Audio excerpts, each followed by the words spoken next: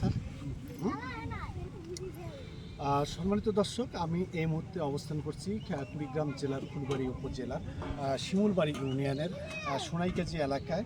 এই ফুলবাড়ি ধল্লা সেতুর দক্ষিণ যে প্রোটেকশন বাঁধ আছে, সেই বাঁধের একদম কাছাকাছি স্থানে সেই ঢাকার বিক্রমপুর এলাকা থেকে এই 10টি বেদে সম্প্রদায়ের মানুষজন তারা কিন্তু এসেছেন। গত 8 থেকে 10 দিন থেকে কিন্তু তারা এখানে থেকেই বিভিন্ন গ্রামে কিন্তু তারা বিভিন্ন এক একজন এক এক পেশায় কিন্তু তারা নিয়োজিত।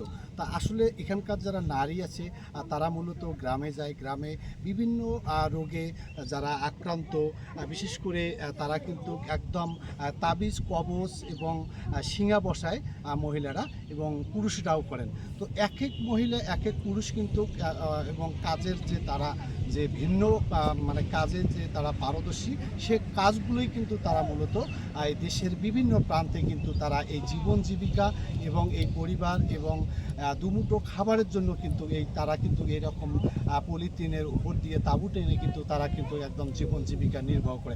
আমার সাথে যে ভাইটিকে দেখতে পাচ্ছেন, তিনি বর্তমান সর্দারের ছেলে, এবং বর্তমান এই 10টি যে পরিবার এখানে 35 জন শিশুসহ আছে, তাদের দায়িত্ব পালন করছেন। তার একমাত্র দায়িত্ব পালনটার যে তার যে কর্মদক্ষতা, সেটি হলো যদি কোনো আপনাদের যদি কোনো পুকুরে এবং নদীতে ডোবা নালায় যদি কোনো প্রকারের যদি স্বর্ণ, গলার চেন, কানের ফুল আর আংটি, বিভিন্ন স্বর্ণের এবং হীরার আংটি, হীরার চেন যদি পুকুরে থাকে, সেগুলো কিন্তু সে নিমিষেই কিন্তু সে খুঁজে দেয়। সেটি একটা কিন্তু মারাত্মক চ্যালেঞ্জিং কাজ করে। সে গভীর জলে নেমে সে তার দক্ষতা দিয়ে কিন্তু সেগুলো উদ্ধার করে। তা আমি আপনার সঙ্গে একটু কথা বলবো। আপনি কতদিন থেকে এই পেশার সঙ্গে জড়িত একটু যদি বলেন।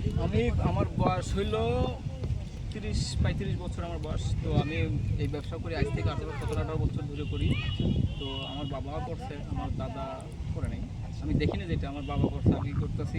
ভবিষ্যতে আমার ছেলেরা আল্লাহ যেন না করায়, আমার আশা আছে এটা। কিন্তু সোনার উপর জিনিস এই ভাই যেটা বললো সেটাই 100%-এর মধ্যে 100%ই পাওয়া যাবে। আবার যদি মানুষের ঘাটাঘাটি করে খুঁজাখুঁজি, আমি এই ভাইয়ের জিনিসটা হারাইলো, হাতের আংটিটা, এই ভাইয়ের সাথে অনেকের লোকরা খুঁজলো, খোঁজার পর ওনারাই গুজা নিয়ে ছেড়ে গেলো। আমি খুঁজলাম, বেকার পালাম না। আর যদি খুঁজাখুঁজি কেউ না করে 100%-এর মধ্যে 100% এই ভাইয়ের আংটিটা পাই দেবো। বাচ্চারা 1 হাত পানি হোক, 2 হাত পানি হোক, আমরা গভীর যত বেশি গভীর হোক না, 2 হাত 3 হাত 5 হাত এরকম পানির ভিতরে আমরা মনে করেন খুঁজে দেওয়ার চেষ্টা করবো। অক্সিজেন ছাড়া 100% পাবেন। এটা যা খুঁজে দেন যে 3 ফিট 4 ফিট গভীর যে পানির তল থেকে, এটা আপনার কীরকম নেন দর্শকের একটু জানা থাকুক। আমরা মনে করেন খুঁজে দিলেই 2000 3000 একটা আংটি 2000 টাকা নেই, একটা গলার চেন 8 আনা 10 আনা 4000 5000 টাকা নেই, একটা কানের জিনিস 500 700 1000 টাকা নেয়। যেরকম মাল সেরকম অনুযায়ী টাকা। মনে করেন বেশি জিনিসের হলো, স্বর্ণ বেশি হলো টাকা বেশি হবে, কম স্বর্ণ কম টাকা। আবার কত সময় বাকিতে তুলে দিয়ে আসি। কীরকম আপনার বাড়ি ঘর আছে, আপনি জায়গার টাকা দিতে পারতেছেন আজকে, জিনিসটা তুলে দিয়ে গেলাম, কদিন পর আপনি আমার টাকা দিলেন। আর আমার তো বাড়িঘর নাই, এখানে আছে এখানেই নাই। বাড়িঘর তো 2 দিনই বেশি চলে যেতে পারবে না, বাকিতে থুয়ে গেলাম, 2 দিন পরে এসে নিয়ে গেলাম। ধন্যবাদ। যেমনটি শুনছিলেন দর্শক, যে আসলে ইমাম ভাই অত্যন্ত সুন্দরভাবে কথাগুলো বলেছেন। যদি এই ইমাম ভাইয়ের দরকার হয়, আপনার যদি স্বর্ণ অলংকার যদি নদী এবং পুকুরে যদি বা ডোবা নালায় পড়ে থাকে, যোগাযোগ করবেন। তার নাম্বার স্ক্রিনে দেওয়া থাকবে।